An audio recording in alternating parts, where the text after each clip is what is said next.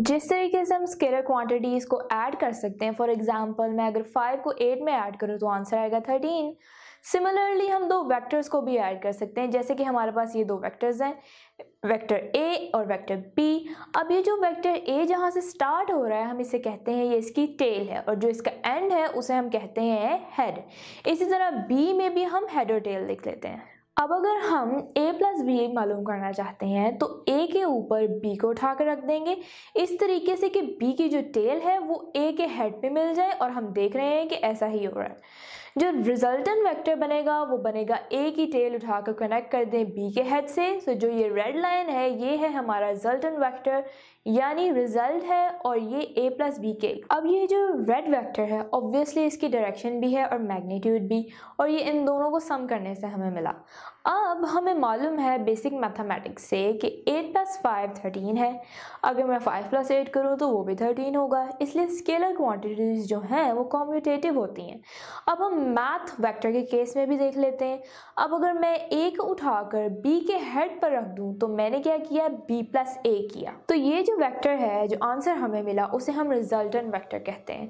इसी तरह इसके जितने भी वेक्टर्स हो उन सबको ऐड करें, फर्स्ट वेक्टर होगा उसकी टेल से लास्ट वेक्टर के हेड तक जो हमें मिलेंगे और बनेंगे हमारे पास वेक्टर, वो हमारा रिजल्टेंट वेक्टर कहलाएगा। हम एक स्टेटमेंट देखते हैं, सब्ट्रैक्ट 5 फ्रॉम 8। अब मैं आपसे पूछूं इसका आंसर क्या है तो आप सोचेंगे 8 minus 5 is equal to 3, but हमारी स्टेटमेंट में हमने कहीं भी माइनस यानी नेगेटिव नहीं यूज़ किया था साइन।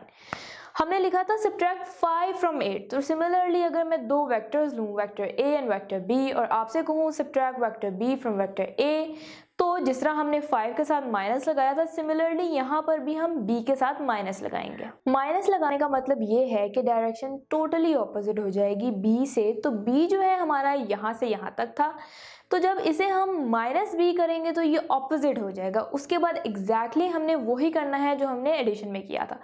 अब हम मालूम करना चाहते हैं a माइनस बी, या फिर हम इसे लिख सकते हैं a प्लस माइनस बी, यानी कि माइनस बी को ऐड करना चाहती हूँ मैं। तो जो हमारा माइनस बी है उसकी टेल उठाकर हम a के हेड पर रखेंगे और वो ऐसे बन जाता है। अब हम a की टेल अगर माइनस बी के हेड तक मिला दें तो जो आंसर आएगा वो होगा a माइनस बी। तो vector subtraction is exactly same as vector addition, but उसमें करना सिर्फ ये होता है कि जिस वेक्टर को सब्ट्रैक्ट करना है उसकी हम डायरेक्शन रिवर्स कर दें। बिल्कुल जिस तरह हम स्केलर को मल्टीप्लाई करते हैं, फॉर एग्जांपल हमारे पास कोई नंबर है, 2 को मैं 3 से मल्टीप्लाई करती हूँ तो आंसर आएगा 6। ये ऑपरेशन हम वेक्टर पर भी कर सकते हैं। अब आप यहाँ पर एक वेक्टर कंसिडर करते हैं। अगर मैं इस वेक्टर a की मैग्नीट्यूड को, क्योंकि हमने कहा है हमने वेक्टर को मल्टीप्लाई करना है स्केलर से, स्केलर तो नंबर होते हैं 1 2 3 4 5, तो अगर मैं a को मल्टीप्लाई कर रही हूँ 2 से तो डायरेक्शन देखिए मैंने चेंज नहीं की, लेकिन उसका स्केल बड़ा हो गया और एंड उसका मैग्नीट्यूड डबल हो गया a के मुकाबले में। तो ये एक नया वेक्टर बन जाएगा जिसे हम 2a कहेंगे। इसी तरह a को माइनस 2a से भी मल्टीप्लाई कर सकती हूँ। उस केस में मैग्नीट्यूड तो डबल होगा, लेकिन उसके साथ साथ माइनस साइन की वजह से उसकी डायरेक्शन ऑपोजिट हो जाएगी। इसी तरह हम किसी भी वेक्टर को किसी भी स्केलर नंबर से पॉजिटिव या नेगेटिव मल्टीप्लाई कर सकते हैं, और मल्टीप्लाई करने के बाद जो हमें वेक्टर मिलेगा वो हमारा नया वेक्टर होगा। उसे हम na से रिप्रेजेंट कर देते हैं। n जो है वो नंबर होता है जिसे a से हमने मल्टीप्लाई किया है। हमें मालूम है कि वेक्टर में दो चीज़ें होती हैं, magnitude and direction. Unit vector किसी भी वेक्टर की सिर्फ डायरेक्शन बताता है, इसका मैग्नीट्यूड 1 के इक्वल होता है। हम किसी भी वेक्टर का यूनिट वेक्टर बनाने का तरीका देखते हैं। अगर हम वेक्टर को उसके मैग्नीट्यूड से डिवाइड करें तो जो बाकी बचे वो उसकी डायरेक्शन होगी, एंड उसे ही हम यूनिट वेक्टर कहते हैं। In other words, unit vector has one magnitude and it only tells us the direction of that vector. हम अपने 3D प्लेन में देखते हैं हमारे पास 3 एक्सिस होते हैं x, y, z। हर एक्सिस की डायरेक्शन बताने के लिए हम एक यूनिट वेक्टर यूज़ करते हैं। फॉर एग्जांपल x एक्सिस की डायरेक्शन बताने के लिए हम एक यूनिट वेक्टर i यूज़ करते हैं, एंड y की डायरेक्शन बताने के लिए हम यूनिट वेक्टर j यूज़ करते हैं। इसी तरह z एक्सिस की डायरेक्शन बताने के लिए हम यूनिट k यूज़ करते हैं। हमारा टॉपिक है नल वेक्टर। नल का आपने वर्डिंग मीनिंग याद रखना है, नल मीन्स नथिंग। तो नल वेक्टर एक ऐसा वेक्टर होता है जिसका मैग्नीट्यूड ज़ीरो होता है। ऑब्वियसली ज़ीरो मैग्नीट्यूड मतलब नथिंग, कुछ भी ऐसा वेक्टर नहीं, और उसकी हम जो मर्जी डायरेक्शन समझ लें। जब मैग्नीट्यूड ही ज़ीरो है तो डायरेक्शन मीनिंगलेस है, यानी आर्बिट्रेरी है। फिजिकल वर्ल्ड में ऐसे वेक्टर नहीं होते। स्केलर के केस में अगर हम 2 में से -2 ऐड करें तो आंसर आएगा 0। तो यही चीज़ वेक्टर के केस में भी एप्लीकेबल होती है। अगर हम किसी वेक्टर a को a में से सब्ट्रैक्ट कर दें, यानी a प्लस माइनस a कर दें, तो आंसर आएगा 0। But this 0 is not the same as scalar 0। ये एक स्पेशल मीनिंग रखता है क्योंकि ये दो वेक्टर्स को सब्ट्रैक्ट करने से हमें मिला, तो इसे हम कहते हैं नल वेक्टर। इक्वल वेक्टर्स ऐसे वेक्टर होते हैं जिनका मैग्नीट्यूड एंड डायरेक्शन सेम हो। जैसे कि आप ये देख सकते हैं, ये a और b दो वेक्टर्स हैं। अब इनकी इनिशियल पोजीशन ज़रूरी नहीं कि ये एक ही हो, मतलब ये यहाँ भी हो सकते हैं या कहीं पे भी हो सकते हैं। कंडीशन ये है डायरेक्शन सेम होनी चाहिए और मैग्नीट्यूड भी सेम होना चाहिए। तो इस तरह अगर मैं कोई से भी दो पैरेलल वेक्टर्स ड्रॉ करूँ तो ये दोनों ऑब्वियसली इक्वल वेक्टर्स हैं। हम देखना चाहते हैं किसी वेक्टर के रेक्टेंगुलर कंपोनेंट्स क्या होते हैं, तो वो समझने के लिए हम यहाँ पर एक स्लोप कंसिडर करते हैं और मैं यहाँ से बॉल को मूव करके ऊपर की तरफ लेके जाती हूँ। मैंने क्या काम किए? मैंने दो काम किए यहाँ पर। एक, इस पॉइंट से इस बॉल को मैं आगे की तरफ लेके गई और इस पॉइंट से इसको ऊपर की तरफ लेके गई। हमें मालूम है कि ये एक्स एक्सिस है, तो इसको मैं कह सकती हूँ कि मैं एक्स एक्सिस की डायरेक्शन में जितना लेकर गई हूँ वो इसका एक्स कंपोनेंट है, और वाई एक्सिस की डायरेक्शन में जितना लेकर गई हूँ वो इसका वाई कंपोनेंट है। तो इतना ऊपर गया, ये इतना y की डायरेक्शन में गया। y कंपोनेंट को ए वाई कह देते हैं। ए वाई का मतलब है a का वो कंपोनेंट जो y की डायरेक्शन में। इसी तरह x कंपोनेंट जो है उसको ए एक्स लिख देते हैं। इसका मतलब होगा a का वो कंपोनेंट जो x एक्सिस की डायरेक्शन में होगा। अब हम क्या करते हैं, हम देखते हैं ये हमारे राइट एंगल ट्रायंगल के लिए हम एक्सिस को हटा देते हैं। हम बेसिक मैथ की बात करते हैं जो हमने पिछली क्लासेस में बहुत डिटेल से राइट एंगल ट्रायंगल को पढ़ा। इसको हम हाइपोटेन्यूज कहते हैं। ये हमारी बेस है और ये हमारा परपेंडिकुलर है। अगर आप रिकॉल करें, कॉज ऑफ थीटा किसके इक्वल होता है? बेस ओवर हाइपोटेन्यूज के। अब जरा दोबारा इस एक्सिस को डाल लें, हम देख सकते हैं हाइपोटेन्यूज किसके इक्वल है? हाइपोटेन्यूज हमारे a के इक्वल है, और जो परपेंडिकुलर है हमारा वो y कंपोनेंट यानी ए वाई के इक्वल है। अब अगर मैं बेस की वैल्यू निकालना चाहूँ तो वो क्या आएगी? Base is equals to cos of theta in hypotenuse. अब बेस आप देख सकते हैं ए एक्स के इक्वल है, जहां बेस लिखा है वहां ए एक्स लिख देती हूँ। Cos of theta as it is रहने देते हैं। Hypotenuse is equals to A, यानी ए हमारा वेक्टर है। इस केस में हमारे पास ए कॉज ऑफ थीटा आ गया। इसी तरह अगर हम y कंपोनेंट निकालना चाहे, बहुत इजी है। तो साइन थीटा इक्वल होता है परपेंडिकुलर ओवर हाइपोटेन्यूज। यहाँ से अगर मैं परपेंडिकुलर की वैल्यू निकालूंगी तो वो हो जाएगी साइन थीटा इंटू हाइपोटेन्यूज।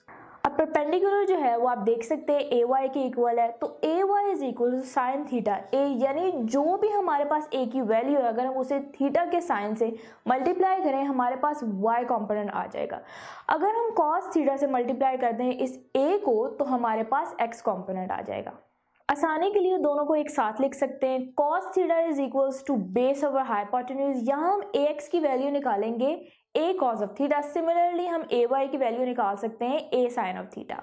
हमने वेक्टर a को ही उसके कंपोनेंट से डिवाइड किया और इसका मतलब a is equals to X component plus y component अगर वो 2D प्लेन में है। a का x कंपोनेंट, इसका जो मैग्नीट्यूड निकाला वो ax निकाला। i जो है वो यूनिट वेक्टर है x की डायरेक्शन में, प्लस ay जो है y कंपोनेंट का मैग्नीट्यूड है इनटू वेक्टर यूनिट। j जो है वो हमें y की डायरेक्शन बताता है और ax और ay की वैल्यू हम ऑलरेडी निकाल चुके हैं। इस टॉपिक में हमें रेक्टेंगुलर कंपोनेंट्स दिए गए हैं और हमने वेक्टर मालूम करना है, यानी हमें x कंपोनेंट दिया गया है जिसको हमने axi से रिप्रेजेंट किया है। हमें y कंपोनेंट दिया गया है जिसे हमने ayj यूनिट वेक्टर से रिप्रेजेंट किया है। स्टार्टिंग पॉइंट जो है वो ओरिजिन है, हमने उसे o से मार्क किया है। इस पॉइंट को हमने m से मार्क किया है और इस पॉइंट को हमने n से मार्क किया है।